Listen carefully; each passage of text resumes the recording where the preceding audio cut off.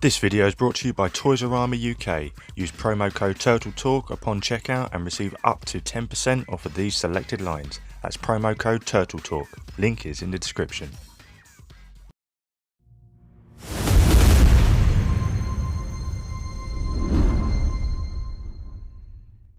What is going on, toy fan? Project Piper Customs here, and welcome back once again to the Custom Cave.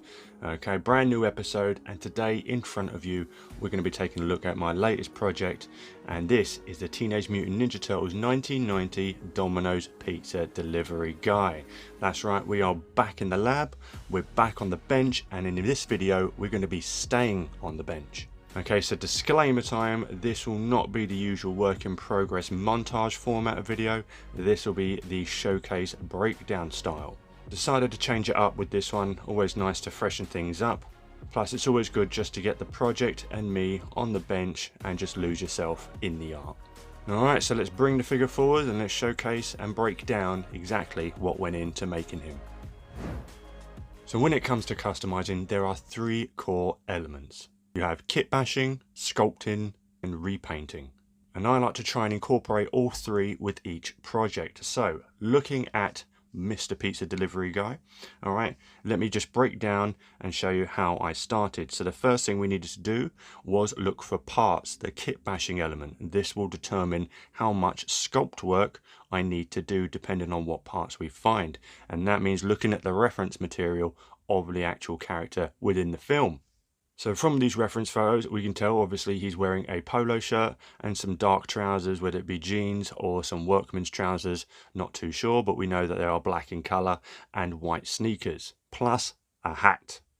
And another thing I like to do when customizing is if I'm customizing a figure that's going to go in a neckline, like this guy, I like to try and hunt for necker parts, keep it in-house and keep that aesthetic going so it matches and blends nicely on the shelf. So the next thing to focus on now was the upper torso. Now there's quite a few necker figures that have a shirt, and not too far into my search I stumbled across the brand new Ash from Evil Dead. And right there, that was an upper body I could work with. Not only that, he had the ideal trousers, easy repaint, not much to do in that department. So that was a no-brainer, instantly on the list.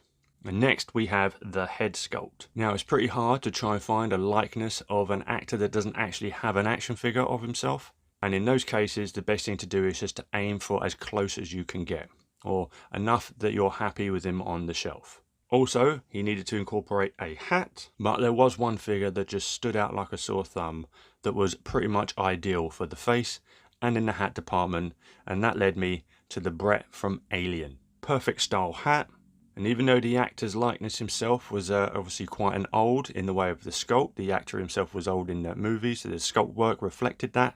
I was banking on a simple repaint will help age him down and look young enough so he looks close enough to the actor that was in the movie. And having the perfect sneakers, there was a no-brainer that was going on my list as well. Next up was the forearms. Now having the actor be in a polo shirt, short sleeve, I needed some bare forearms, preferably with a single jointed elbow. Now there's a few figures out there with bare arms and single jointed elbow, but before looking to seeing if I have to buy anything else, I looked through my current fodder and current figures, and the best figure for the job was the Ultimate Casey Jones. And the next thing to worry about was the hands. Now the ones that came with the Ash from Evil Dead, those were positioned for holding weapons, and I needed some open hands for holding a pizza box.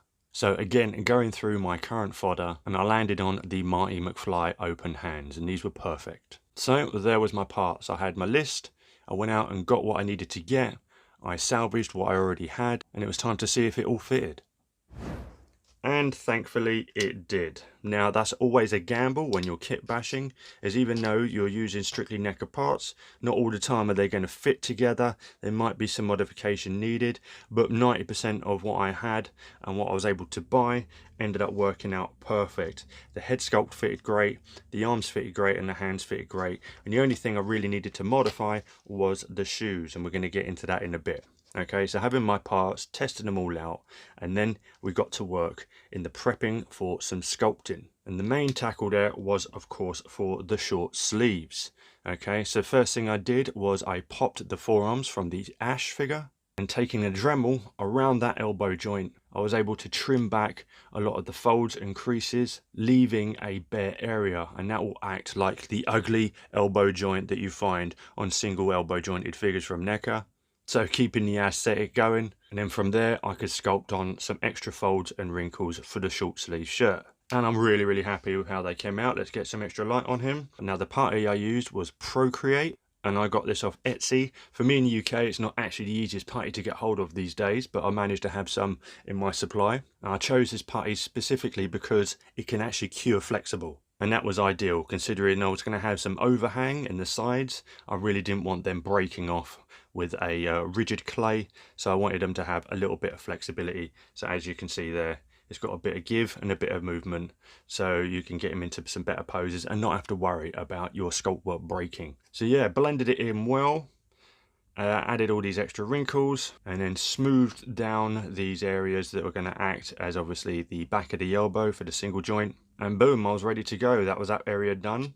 Alright, so the next area modification was the shirt. Alright, so as the Ash figure is wearing a regular shirt, not a polo one, we needed to do away with the pockets and half of the buttons that ran down to the bottom. Alright, so you doing this, I used a Dremel. Now I used the sanding drum of the Dremel to flatten the pockets so they were nice and flat. Just took away, because obviously the pockets were raised sculpt of the rubber. It is soft rubber, of course, so the Dremel just chopped away at them until it made it all flat on either side, and of course doing the same with the buttons in the middle. Okay, and yeah, from there I needed to marry up the creases, obviously, because the shirt has some creases in the sculpt. I wanted those creases to continue up through the flat areas I just created to try and make it a bit more seamless and blend in. And I just used a different tool from a Dremel, used a fine tip Dremel bit, and that was able to literally just drill in and trench out from where the original creases were through and marry them up. And I had a bit of fun doing those, you know, spurring them off where I wanted to, bringing them down, bringing some up. And then, yeah, giving it a light sand afterwards to get rid of some of the flashing, which occurs when you're dremeling plastic.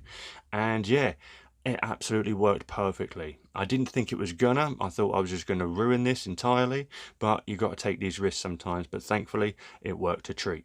Once I got the body done, it was time to move on to the head. Now, with the head itself, especially focusing in on the hat, the Brett hat has some raised sculpted insignias on it.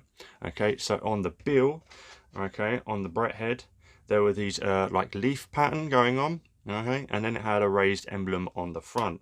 All of that had to be dremeled off so I can make it as nice and flat as possible. Okay, so after doing that and sanding it down, we had a primed surface ready for paint, just like the shirt. But that was not all I did to modify the head. No. So get a bit more light in here. Also on the original Brett head, let me just try and get some more light in for you, make it a bit better. Okay, the hair, okay, protruded out either side from the hat quite a bit. All right, so just stuck out here, and that really wasn't what I was going for. I really just wanted to have it as flat to the ears as possible. So again, having to just take my Dremel, dremeling that down either side without damaging the ears, because obviously you can see it's sculpted by the ears themselves, and then just re-sculpt it in following the contours of his hairline as best I can. I'm pretty happy with how that came out. All right, and then obviously this side too. Okay, and that just made it a little bit more towards the likeness of what we see in the film.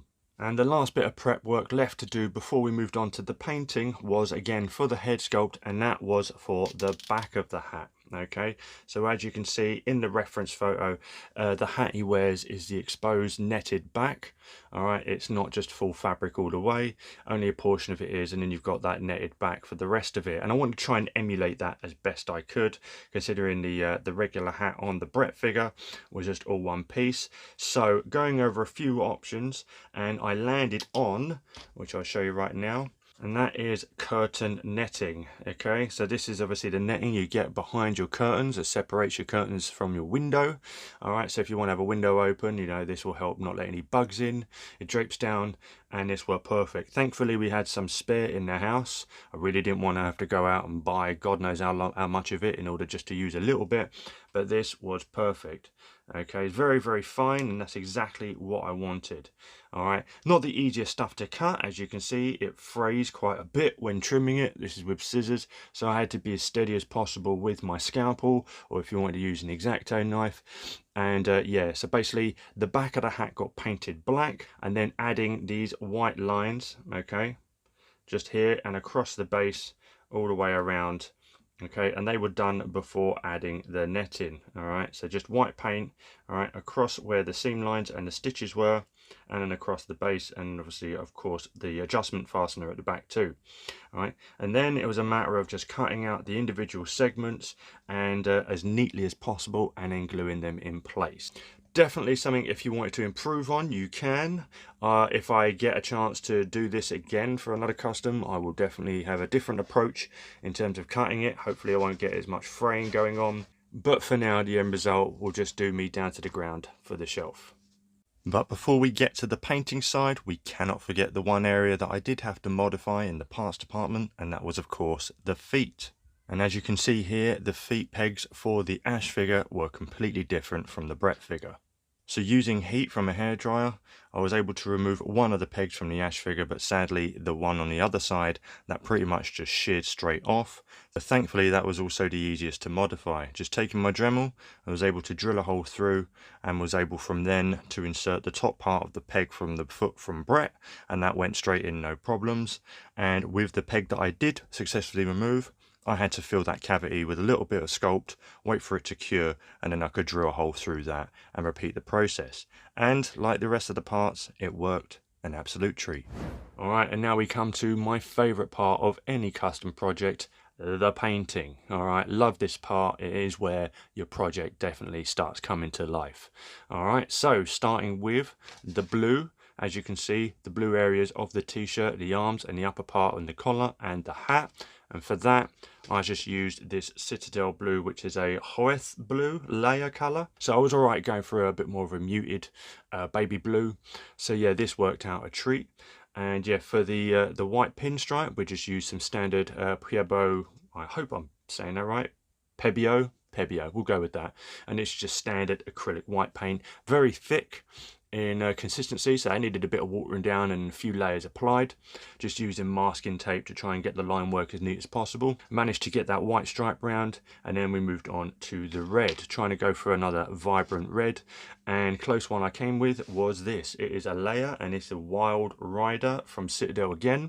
I took a few layers again just to get the flat color going all the way around, but it worked a treat for me. Now, beyond the standard Pueblo, got it right this time, black matte acrylic paint for the trousers, I did also go in with a little bit of a mix to get like a lighter grey color going, and with there, you kind of see it, it is subtle. I just dry brushed it over some of the wrinkles and the creases, just up the top here, just to give it a bit more of a shaded variety and get some of those highlights going on within the trousers rather than it just being straight flat matte black. All that left with was the flesh tone. Now obviously when you're using different parts from figures, they're going to have different flesh tone colors. Sadly that was the case here. The hands are a different flesh to the forearms, and obviously the bare part that you can see from his shirt and the head sculpt. So the color I went with was two different flesh tones from Citadel, kind of my go-to, and that is, one is the layer Cadian flesh tone, okay, and the other one is the Kislev flesh, and my mixture is just a 1-to-1 ratio of the two. Mixing those together using my airbrush, was able to get the base coat down for the head sculpt itself and the arms, the back of the elbows and the hands, and of course the upper part of his torso here, and just added a little bit a better improvement on my head sculpt painting, a little bit of a darker shade around some of the shadowed areas of the face, and I'm really happy, if I can get some light going, with how my eyes came out. I'm getting better, y'all. Slowly but surely getting better with my eye painting and my head sculpt painting overall. And yeah, just standard matte black for the hair, the eyebrows, and a little bit of brown in the eyes. I was able to get the head looking a little bit younger, took away that 5 o'clock shadow from Brett. See me trying to justify me using this head. I'm happy with it on the shelf, okay? Anyway, moving on, all right, last but not least was the decals, okay? So obviously he's got some Domino's insignias and signage on his shirt, as you can see right there, there and there. Doing that, the best thing for me to do was to go back to my water slide decal method in making them, as I did with the Danny custom. Now, fun thing about this insignia is you can spot the Easter egg. It says Mikey. Now, why does it say Mikey? Considering in the reference photo, this guy apparently is called Tony. Well, if you are a diehard TMNT fan, then you already know what I'm about to say. But if you do not, fun little fact, the actor who played this gentleman in the movie was also the bodysuit double for Mikey in the movie. Not the stunt guy and not the voice actor, but the bodysuit double. Okay, so basically he would be in the suit when you had all of the drama and dialogue scenes within the movie. Same actor playing the delivery guy. So as a nice little Easter egg, I'm not calling him Tony, I'm calling him Mikey. Okay, going back to the decals, obviously it was all a matter of sizing one, using plain A4 paper to print and test size fit. First of all, if you want to know how to make decals, again, there's plenty of videos out there on YouTube for you to do so. Very, very, very easy to learn. And yeah, once you learn it, then you can make any kind of decal you want. So obviously I had to get one big one for the head, some wording right here. And once I'd applied it, obviously trying to get the background blue to be the same, I then just went in with the same blue paint again and went in as close as possible to try and blend it in. And with this, as it being a name tag, this is actually quite fun. So this itself is a water slide decal, but just not used. All right, so as you can see in front of you, this is my sheet of decals, uncut and unused. All right, so you can see the main hat signature, the font across his shirt, and we've got the name badge. Okay, so applying this was pretty simple. I just cut it out and stuck it on his chest. As this is quite nice and thick, it's already sealed because I had to seal it in order to preserve the ink. Yeah, there was no point in trying to dunk it in water and applying it to something else stiff and rigid. Pause. Yeah, I decided just to cut this out and stick it on his chest, and it came out an absolute treat. Okay, works a charm, not going anywhere. It's sealed and it does the job. And of course, no action figure will be complete without some accessories. All right, so bringing you down to here, and as you can see, we've got some accessories here in front of you, and we're going to start off with the easy ones. Now, firstly, obviously he's got some alternate hands, and these are the weapon gripping hands from Ash. I did put them to use in the end. Again, matched up the skin tone as best I could. All right, so again, and they can just pop in and out. And what else is perfect for the gripping hand? That's right, the 10. Meant to be $13, but he was 3 minutes late. All right, so as you can see, this is actually a 20. I do need to print off some 10s and other denominations from the accessory bundle. But for now, I just crumpled up a 20 to give you the look and aesthetic from that scene in the movie. And you can grip it quite well. All right, a little bit finagling, and you can hold it nice and sturdy. Moving on, and obviously no pizza delivery guy will be complete without his pizza himself. All right, so here we have the card printed Domino's pizza box, the actual shape of the pizza box from back then. You do get the tile pizza game, which is obviously the NECA version. Couldn't use the licensed Domino's name, but it is more of a square shape that came with not only the 4-pack from the Turtles, but the accessory pack as well if you were lucky to get it. But these I was able to get off of a seller on eBay.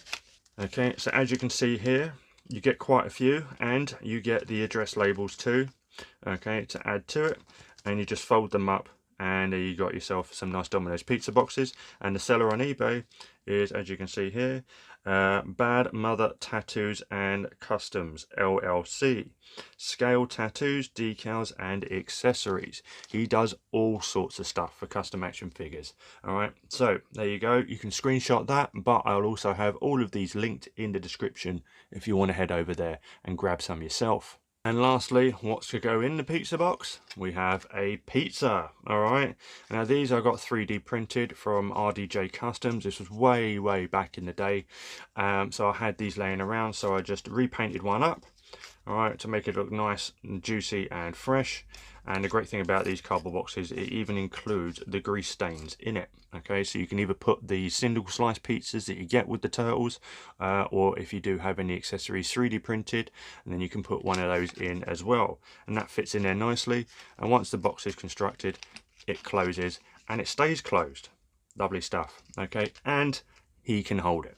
So just like that, Okay, and get it first time, and there you are, about to deliver you a nice tasty pie. Moving him aside for a second, now obviously you might have seen this in the background throughout this entire breakdown, but of course I do have indeed a nice little Vespa. Alright, now this is just a 1/12 scale model Vespa that I picked up off Amazon, very cheap. As it's 1/12 scale and NECA figures are usually about the 110 mark, unfortunately obviously it is just slightly smaller, but for just having it in the background or having him stand next to it, or in toy photography with a little bit of forced perspective, it will make for a nice complementary accessory to go along with the figure. Alright, so yeah, pretty happy with this, and yeah, hopefully when we get Kino, he's going to come with one. And there it is, guys, we have a Domino's pizza delivery guy to add to the shelf for Teenage Mutant Ninja Turtles. Really fun build, had a ton of fun putting it together. Hunting parts is always something I love doing when putting together a new project. Extremely happy with how it all turned out, very few speed bumps along the way, and it's a shame that we probably won't ever see this figure from NECA. Looks like they are moving away from the first movie and focusing all their attention on The Secret of the Ooze and hopefully some Turtles in Time. So for now, it's up to us. So leave a comment down below, let me know what you think of this, whether you'll be giving it a go yourself, or if there was anything about this build that you yourself would change. Let me know what it is, and yeah, hopefully we can grow as a customizing community and learn from each other, because that's what it's all about. And if you enjoyed this one, please hit that like button. Be really grateful if you could subscribe to the channel and hit that bell notification. You know the drill. Glamour shots of this guy will be on my Instagram, and the links for that and my Facebook will be directly in the description. And that is a wrap for now, guys, and hopefully we'll see you next time, and until then, take care.